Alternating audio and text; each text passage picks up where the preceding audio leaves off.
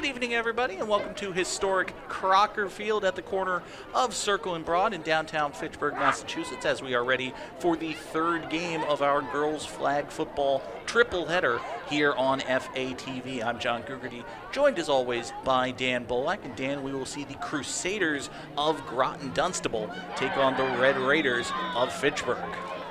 Indeed we will. Fitchburg coming off a strong win as it looks like precipitation has started to fall here. I can see it through the wonderful new LED lights. It is not quite rain. It is, in fact, I believe it is snowing, Dan. We have our very first snow game of girls flag football here on FATV.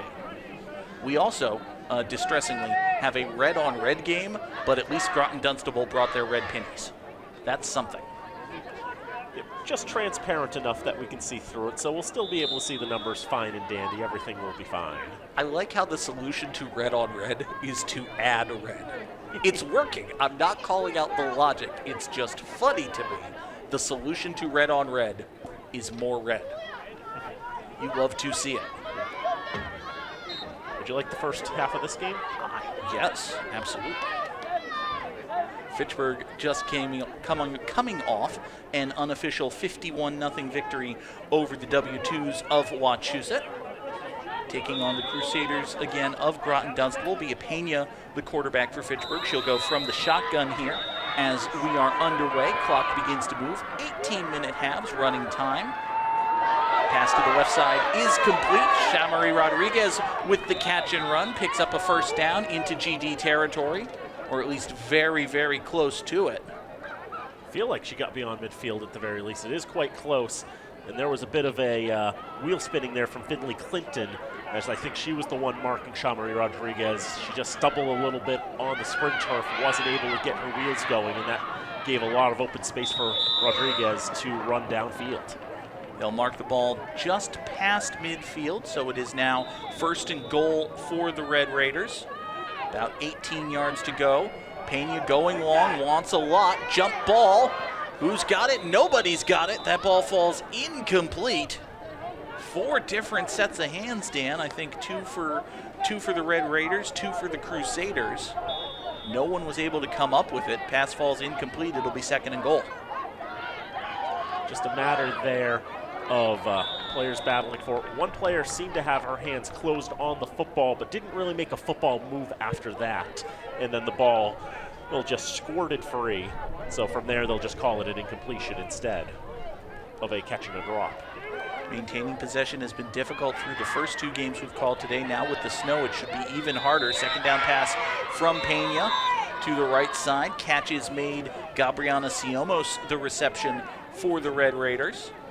These being the reddest of Red Raiders as opposed to the gray Red Raiders, who wear red because why not? Set up now, third down and goal. Fitchburg has to get it here. There is no go for it on fourth.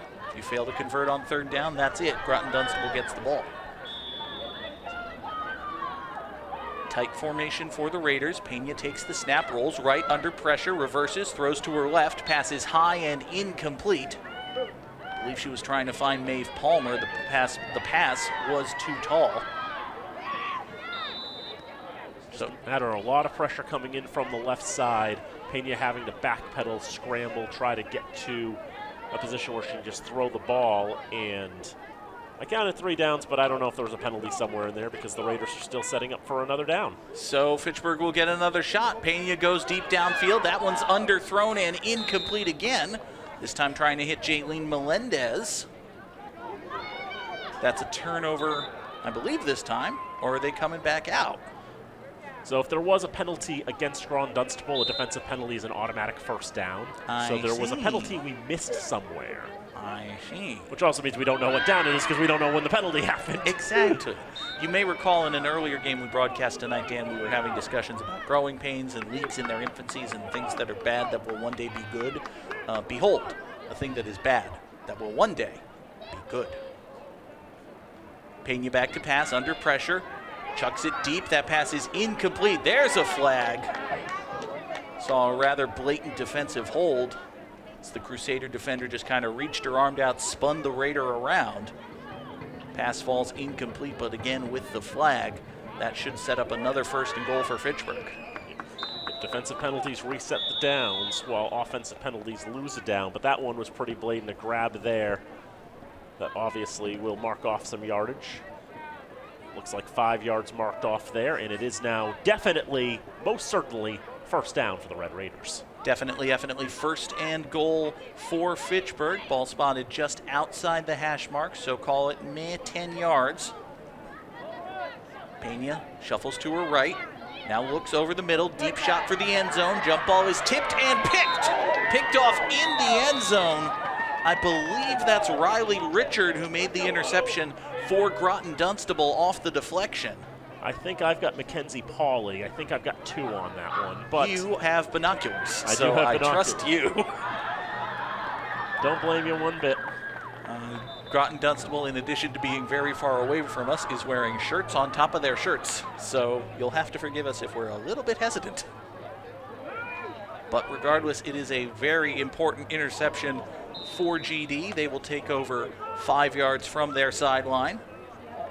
Wobbly, bad snap back to the quarterback and not able to handle it. Ball falls just outside the goal line. Yep, Sophia West is the quarterback for the Crusaders. From these binoculars, I see 15. West unable to handle the snap.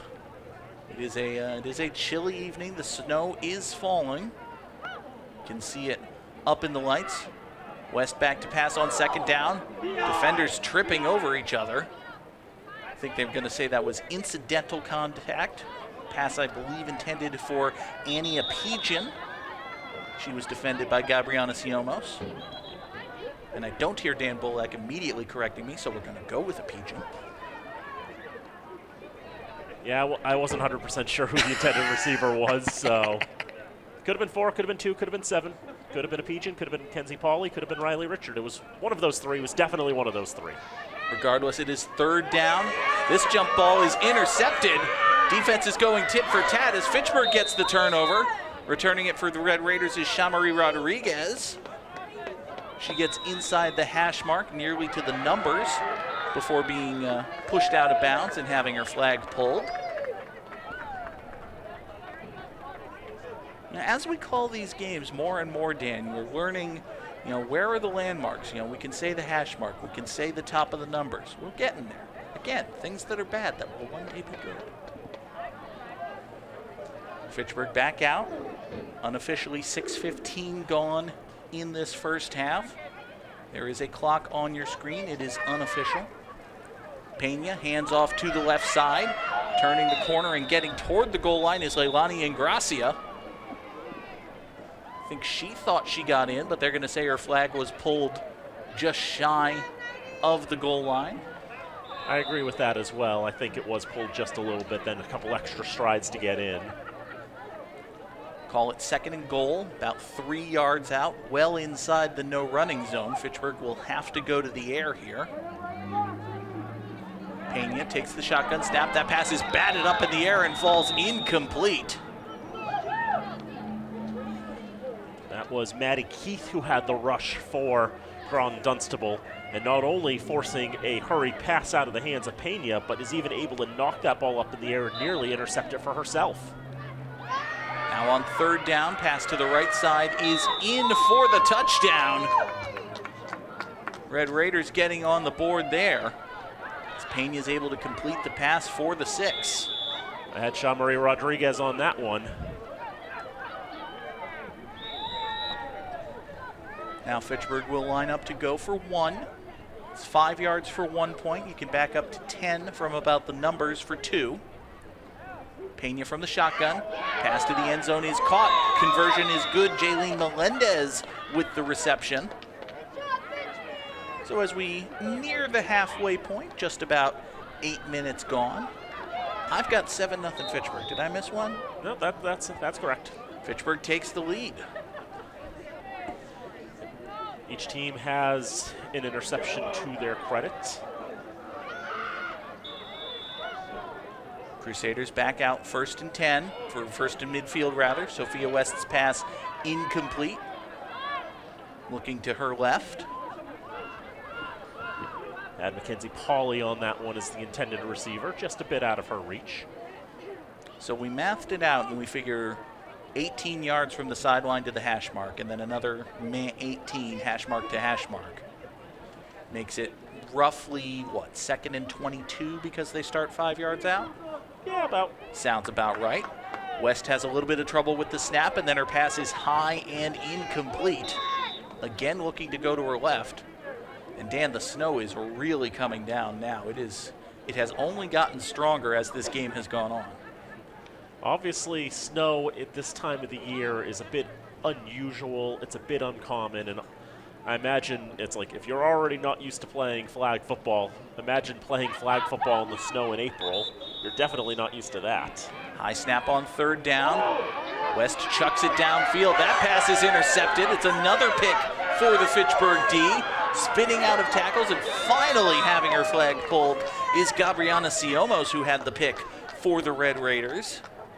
And Dan, one thing we saw in our second game that I think we saw again there, Serena View charging in from that linebacker spot, putting her hand up in the air, letting it be known that she's going to rush the quarterback.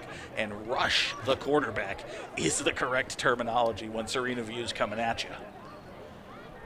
Now Bia Pena, 1st down handoff to the left side. Ingracia is close, and she is in. Touchdown, Red Raiders. Leilani Ingracia makes it a 2-score game.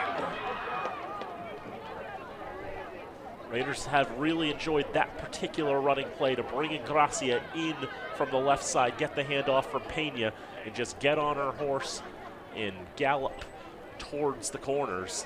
And that time she's able to outrun the Crusaders to the pylon, gets the touchdown. 13-0. Raiders will try to make it 14. Short pass to the right side falls incomplete. Basically at the feet of the receiver. Believe they were trying to hit Shamari Rodriguez with that one. I believe my binoculars were down on that one, so your guess is the better one. Although you folks at home had the best view of all. That's true. They have a camera pointed at it. Camera with zoom lenses. Yes. They should make eyes with zoom lenses. That would be neat. Travis Falk on camera tonight, bringing you the pretty pictures, and we're just trying to fill them in the best we can. 1st and 10 for the Crusaders. West's pass over the middle is incomplete. Good defensive job there by Rodriguez. Sophia West has been struggling a little bit to complete any passes. I think I've got her down as 0 for 6 right now. That sounds about right. The accuracy, it's difficult on any night, especially a chilly night like this, but you add the wind, you add the snow. It can be very difficult for a quarterback to keep the handle on the football and deliver it with any accuracy. Now West under pressure, floats one up there, and this one's going to be picked off. Snatched out of the air and run right back in. Maeve Palmer has a pick 6 and a touchdown. Red Raiders. All that pressure, the Raiders are doing so well to make West uncomfortable in the pocket. She chucked that one up there. Palmer had it read tremendously well. And the 8th grader is able to run that in for a pick 6 to make it 19-0. Palmer had a touchdown in the second game we called. She has one here. It's a 3-score lead for Fitchburg. So we're just about 2/3 of the way through this first half. Raiders now will go for the conversion. This time wide open is Shamari Rodriguez. I think, Dan, that was the same play they ran on their last conversion attempt. Unsuccessful there, but they're able to put it in this time, and now an even 20 on the board for Fitchburg. That time, Groton-Dunstable didn't read the formation quite that well, as Rodriguez was so wide open on the right side. If you zoomed in enough, there probably was nobody in that shot when she made the catch. Groton-Dunstable clearly thought a different play was coming there. And between the inability to get anything going offensively and the great work by Fitchburg's defense forcing interceptions, Groton-Dunstable has played almost this entire first half on the far side of the field, Dan. They have not been able to get back toward Fitchburg territory at all. West will pass on 1st down, take a shot downfield. That's incomplete. Yep. It is a new quarterback, by the way. It's now it's Caitlin Haggerty who's taking the snaps now. She's number 18, a junior. Caitlin Haggerty coming in at quarterback, took a shot downfield. Saw that earlier in the Leominster 2 game. Get a new arm back there, take a shot downfield, see what can happen. Yep, I know Groton-Dunstable had a great quarterback last year. I believe Mira Mahmood, if I remember correctly, but she was a senior last year, which means she's out of eligibility. She's graduated. Yeah, that's on to the next difficult. phase. On to the next phase in her life. So therefore, Groton-Dunstable has the challenge of having to replace her at quarterback, and clearly they haven't quite settled yet on what direction they'd like to go. Haggerty takes another shot downfield on second down. This pass falls incomplete. I believe West was the intended target that time. Well defended for Fitchburg. Is that Biapena? That is Biapena out there on D. Two-way players. Pena was a player who definitely got her name shouted out a lot last year. One of those great experienced veterans on this Fitchburg Red side.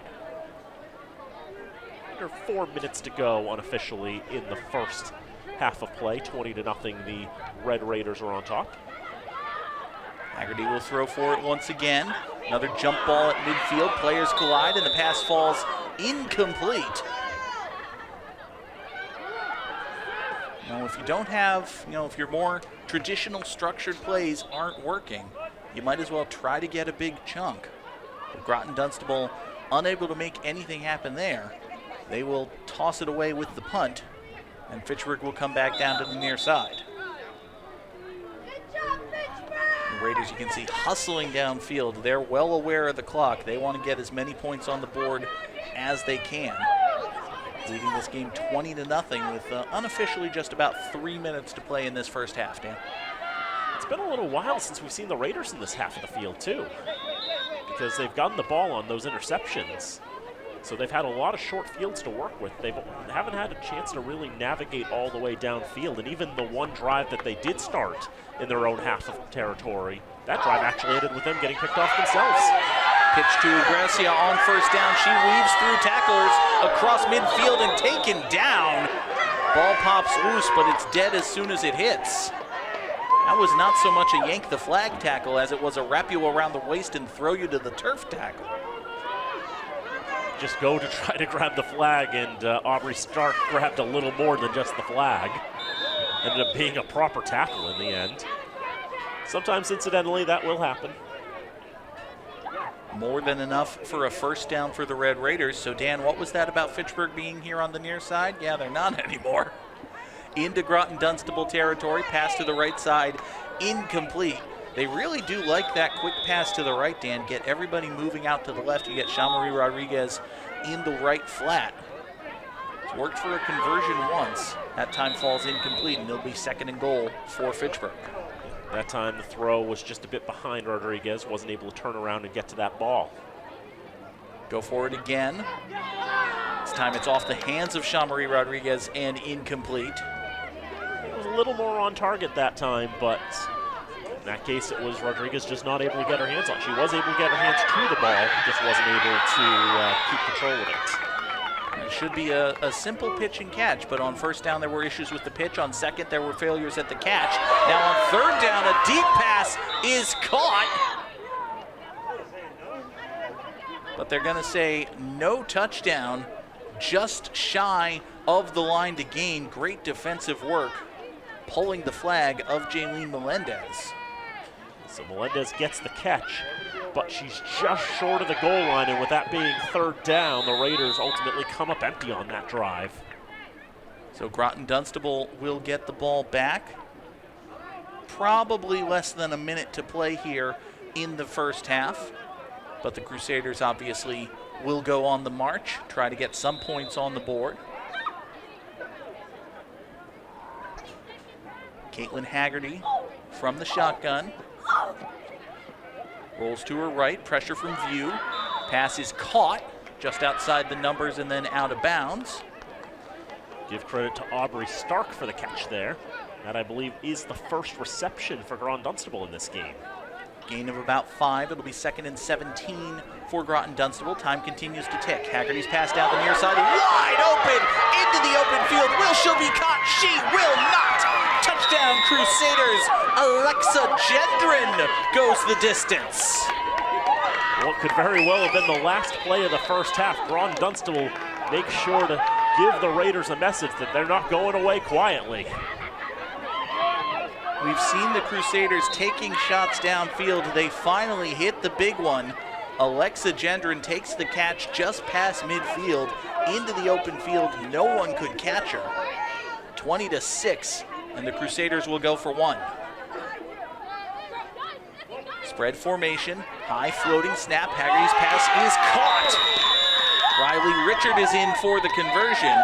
It's back to a 2-score game. 20-7, the Red Raiders lead. That's hard to say. The Red Raiders. And that should be halftime between these two sides. So the Raiders had a bit of a shutout streak, but that comes to an end there. With that last play from scrimmage, Gendron able to make the catch, break free. And just a little bit closer, 20-7. You know, as long as Groton-Dunstable is able to hang around, they can make a game of this.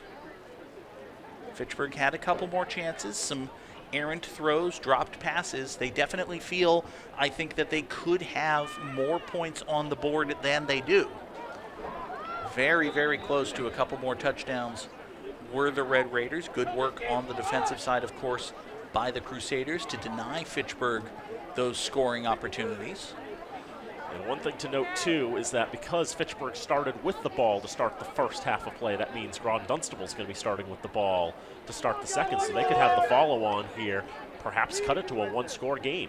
Very, very big swing in momentum that would be. Fitchburg had the ball with the 3-score lead, could not make it 4, and then Groton-Dunstable scores at the end of the half, make it 20-7. If they're able to score again, it could be a very, very different ball game than the last time the Fitchburg offense had it. When you have two very game teams, you can have a very back and forth game. You can have wild swings of momentum. You can gain a lot of points quickly. I know at Gillette, if you recall, back last June, Leominster 2 came from 14 points down to beat Winthrop, and Pentucket came from nearly 23 down to make it a 2-point game. If it weren't for just a safety to make it 23-0, they could have had that game tied. And it came down to the very last play. Pentucket had a throw to the end zone with a chance to win the game, but that was intercepted. And that, Dan, I think, is the thing with these, obviously it's a condensed field, but it's condensed rosters, only 10 players in total on the field. You've got a lot of open space, a lot of chance for an individual playmaker to make something happen. We are underway with the second half. Pass handoff behind the back. Running up the right side for Groton-Dunstable. I believe that's Aubrey Stark, the ball carrier. It was Stark who had that one. And look at the evasiveness that she was able to put on there. Do you want the second half? Do I want the second half? Yeah, I'll take the second half. You want the second half? You have the second half. All right. You can have that one for free, though. I can't. I owe you. I had that first game, so we're back. I'll say we're even. Sure. Second down for Groton-Dunstable, about the 16-yard run there by Stark. And now there's a very shrewd handoff, just held it behind the back there from Haggerty to leave it to Stark to run upfield, navigate her way around the Raiders. We'll check where the flag was pulled. She got a few yards downfield farther after the flag was pulled, and I think she's not quite at midfield. There is a little yellow dot on the 50-yard line where they would put the ball in soccer to restart play, and the ball's not quite there, so this is third down. Haggerty with a quick throw, left side, incomplete. Wanted to go for Riley Richard. The Raiders with solid defense, and this is a legitimate, do you go for it here in this spot? I think you do. I mean, yes, you're in the no rushing zone, so you have to go to the air, but you're so close. And again, you're down 2 scores. You got to go for it here. Your defense was able to stop Fitchburg, but it was by the narrowest of margins. I don't think you can rely on your defense here. I think you go for it if it's close. And this is definitely close. 4th and about 3 for Groton-Dunstable. Haggerty looks to her right for a little bit, now tries to throw over, and that will fall incomplete. A couple of different Crusader receivers in there. Notice as she comes out of the play, I believe it's Alexa Gendron kind of, Dan, holding a hand up to her head. I don't know if there was a collision there, but we'll keep an eye on her, make sure she's okay. She will actually check out for a little bit. Georgia Williams will come out. See her tossing on the overshirt so as to distinguish her from the other team that is wearing dark red. Both of these teams use basically the same shade of red. So now we'll switch it around. The Raiders will now come at us. First down. There's definitely motion on the line. Looks like a false start indicated. There is indeed. That'll back the Raiders up 5 yards, and that will also be a loss of down against Fitchburg. Not making matters easier was the fact they started in Groton-Dunstable territory with the turnover, so they only have 2 downs to find the end zone from here. They throw to the right side, 2 receivers with the best look of all there, Shamari Rodriguez and Gabriela Siomos. But in the end, neither of them could quite get to that ball. It just fell perfectly in between them. You had Rodriguez basically running a wheel route out of the flat, but you also had Siomos doing a corner from the slot. The 2 routes coincided right at the ball. I don't think either receiver really knew which one was the target. The Raiders must find the end zone on this play. Nothing else will work. And just Pena tries to loft it as far as she could with the Hail Mary, and that's broken up and incomplete. Good downfield coverage for the Crusaders. Don't quote me on this, but I believe it was Mackenzie Pauley who was there. Could have been Annie Apija.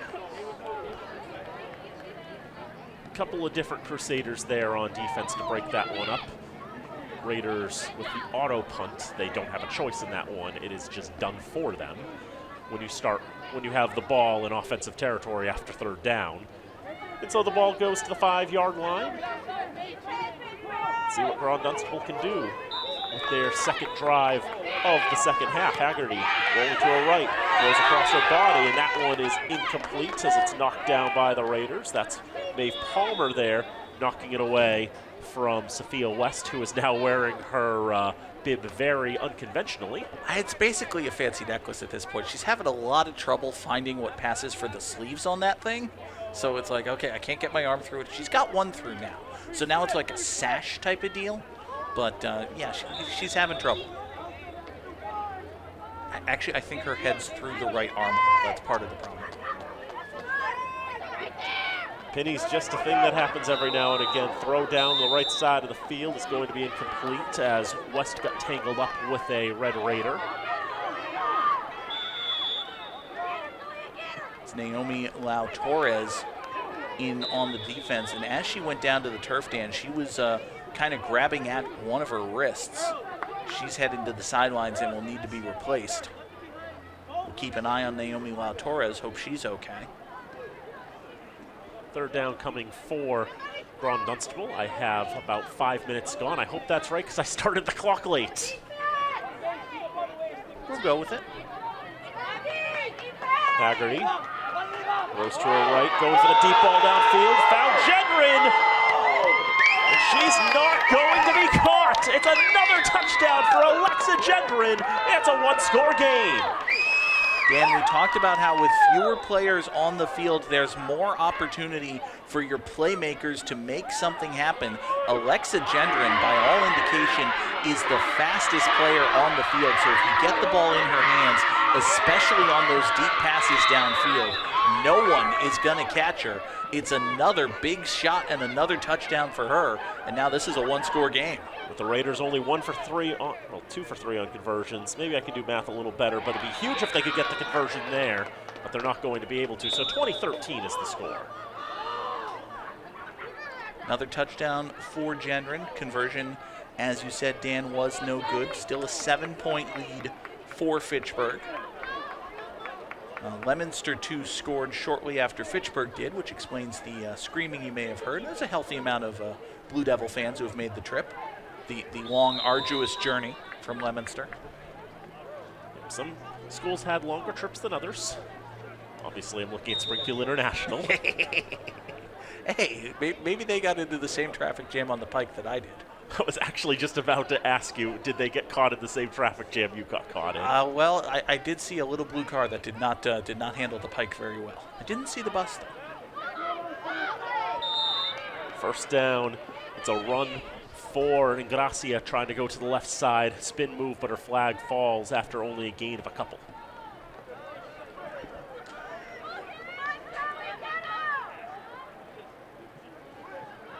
Second down for the Raiders. They get themselves back in position. Play formation with one offset out to the left.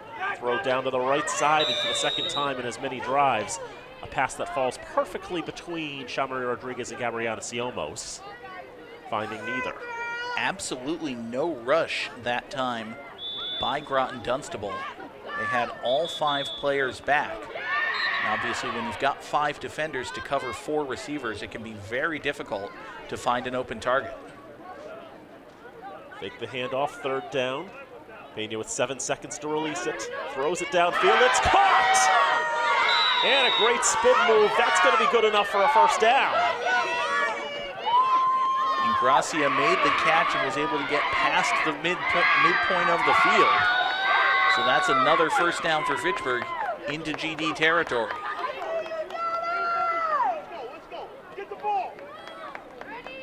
Three downs for the Raiders to try to stretch it back to a 2-score lead. Throw it up to the left side, and just out of the reach of Jaylene Melendez. Bit of pressure there from the defense as well. Aubrey Stark playing that deep zone basically from the right side safety. Saw the pass floating in her direction, came up and was there to knock it away.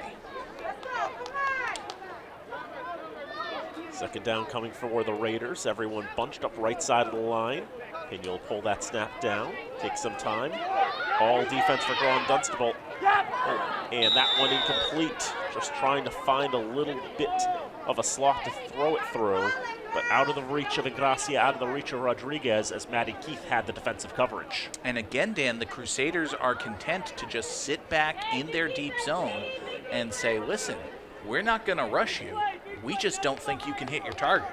We're going to sit back. We're going to defend.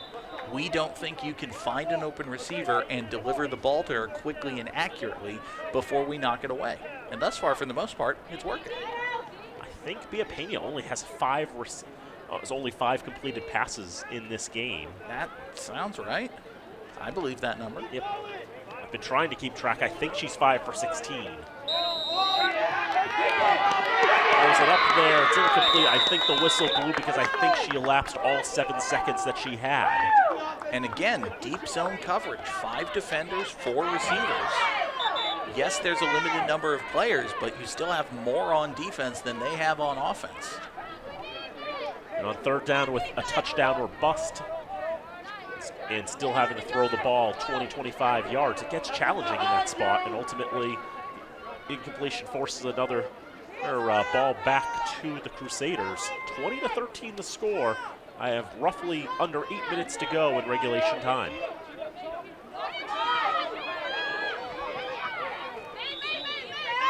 Aggie trying to get that ball. What actually happened here, I wonder?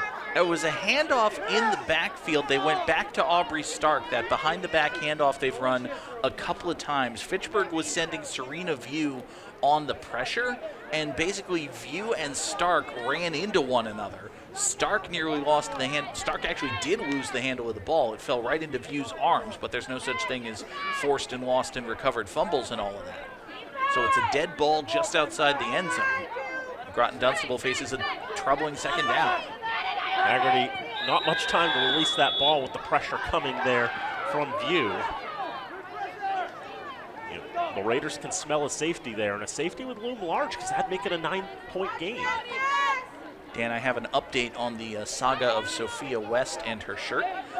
She's gotten her head and her arm through, like she's wearing it properly like a garment, but they're both through the neck hole now, so it's basically the top half of a toga.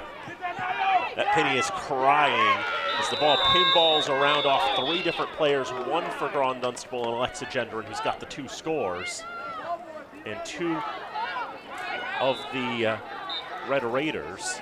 That is an incompletion. That would make it 4th down unless we're missing a penalty somewhere.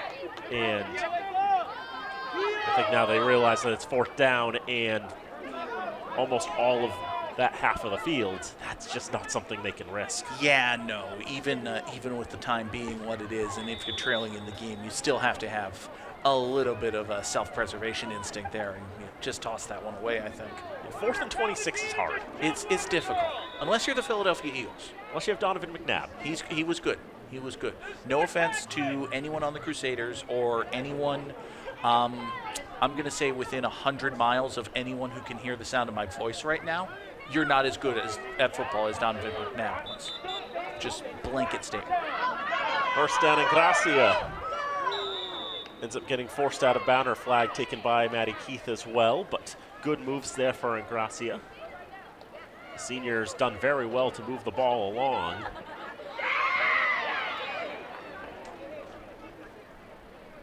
I mean, I guess it's possible that,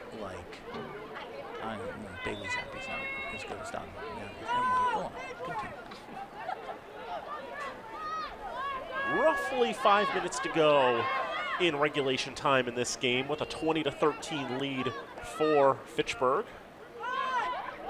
Pena in the pocket, throws off the fingertips of Melendez and falls incomplete.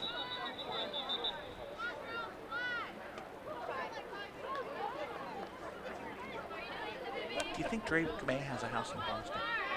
He probably has a residence nearby. He's within 100 miles. Oh, he definitely is. Now the question is Drake May as good as Donovan McNabb was on that 4th and 26? Which, you'd like to think. 3rd down, rush throw, and Gracia can't catch it. Another incompletion. I can even hear the coach yelling, punt, punt, punt. That's good, solid defensive football. I think you're not gonna go for the 4th down there. Groton-Dunstable has hit a couple of deep shots, but they need to hit one here. Time ticking away. Make them go the length of the field.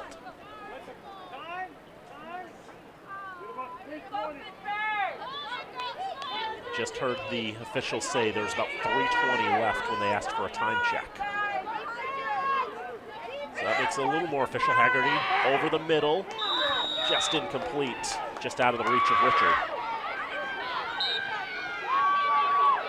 Just a little bit too tall for Riley Richard.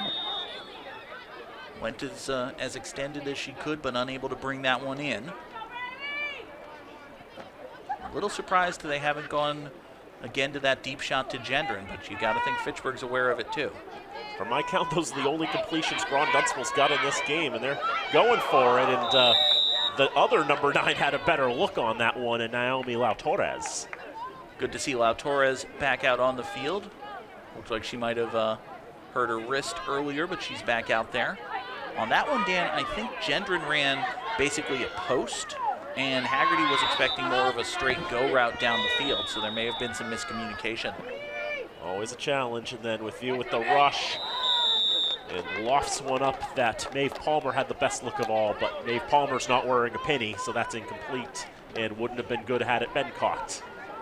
Serena View was a force with which to be reckoned in the first game Fitchburg played earlier today. She hasn't been as dominant with the rushing here in this second game, but still able to apply the pressure there, force the bad pass. And now with under 3 minutes to go, Fitchburg can just take their time. If they get a first down here, Dan, that pretty much seals this game away. And timeouts, I imagine, are going to be used here too late in this contest. There's probably unofficially less than 2 minutes in regulation.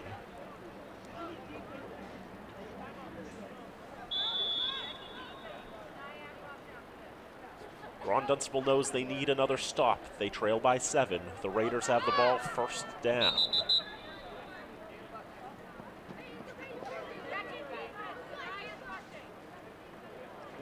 Referee checking his watch, making sure the time is official. Pena standing up in the pocket, taking all the time she can. Tries to loft it for Shamari Rodriguez, and she had the look there. I think it went off the arms, off the nose, and incomplete. And Shamari Rodriguez, you see, she collapsed to the field turf, throws her hands to the sky. She cannot believe that she wasn't able to bring that one in. Would have basically sealed it for Fitchburg. There was no one between her and the end zone. But she could not make the catch, and so it is second down. It's a 25-second play clock as well, and so the official looking at his watch to strictly enforce it too. Absolutely no reason for the Red Raiders to hurry. They can take all the time they can.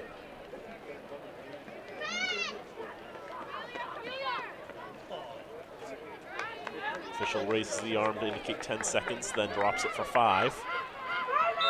Gracia goes to the left side, keeps it on the ground. You would say keeps the clock running, but it's a running clock. The clock always runs. And we have a timeout called by the Crusaders. With there being not very much time left, they know they have to use their timeout strategically. Fitchburg facing third down here. You've got to think, well, maybe if they if they get some good time here, if they get some good yardage rather, you'd line up to go for it just to burn more time, wouldn't you? I think so, and I'm trying to think, it's like if you line up to go for it and then you call a timeout, if you can switch. I think you can switch in one variant, but yeah, I think punt declarations are final, but I think you can line up and let a run clock down. Yeah, you can't like say here, have the ball. Actually, no, wait, let us take a shot at it. But you can line up to go for it and then decide, maybe not. So obviously the Raiders are going to take as much time as they can. In fact, really, Pena was just going to take all 7 seconds. Throws it down incomplete. You don't actually have to throw the ball down in that situation. But besides that, though, it looks like time has expired, and Fitchburg is going to win this game by a score of 20-13. Great job by Fitchburg on that last possession. Just take as much time as you can, run down the last of the clock. Didn't have to be fancy. They were able to hang on really, Dan, by the skin of their teeth. I mean, this game was, rewind rather, back to, maybe 4 minutes left in the first half. Fitchburg was up 20-0, had the ball marching downfield. Then they get stopped. Groton-Dunstable gets a couple quick scores. This turned into a very close game. Fitchburg narrowly escapes with their second win of the day. One of the positives for the Raiders was just how good their pass defense was. They forced 3 interceptions, gave them a lot of short fields to take advantage of to build an early lead. From my count, as I look over the stats again, I believe Groton-Dunstable completed just 3 passes in this entire game. But really good defensive work by the Red Raiders in the secondary, breaking up passes, bringing the heat when they can. Again, Serena View had a tremendous game in the second game, not as impactful here in the third, but she certainly had some good moments. Just a good job by this Fitchburg defense to come away with the win. And Groton-Dunstable, credit to them, their defense was just as stout. And Bia Pena, I think, only had about 5 pass completions in this game as well. And she was stymied quite a bit herself, just trying to find the open windows there. There was some good play, though, from, I was really impressed with Leilani and Gracia in this game, how evasive she was. She had a rushing touchdown. Shamari Rodriguez had a touchdown reception move. Palmer had a pick 6. And really, they needed all 3 of those touchdowns to come away with this one. So Fitchburg Red, just like their counterparts in gray, sort of, are 2-0.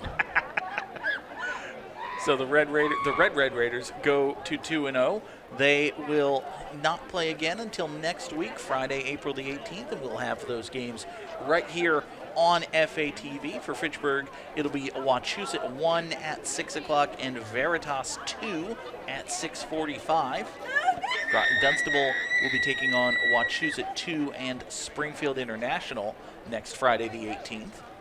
And our next coverage will be on Monday. We'll have the sights and sounds for you for a tri-match, as Fitchburg Gray will take on South Lancaster at 6, then South Lancaster and Ayer Shirley at 6:30, 6:45, and then at 7:30 it will be Fitchburg Gray and Ayer Shirley. We'll have, as you said, the sights and sounds of that game for you Monday on FATV. Dan and I will be back again next Friday, the 18th, We want to thank Travis Falk for running the camera, getting everything set up for us here tonight. We didn't have to do too much, Dan. We had to, show up, talk to the you talked to the coaches. I climbed the stairs and then made jokes, basically. That's what I'm here for. Talked to a coach. I got a last-minute roster and threw everything together, and we were able to get you a couple of games of flag football, 3 in all, and we'll have some more games of flag football for you next week, and we hope you tune in for that. Absolutely, folks. We want to thank you so much for being here with us here on FATV. For Dan Bolek and Travis Falk, I'm John Gugerty saying thank you once again. We will see you next time right here on FATV.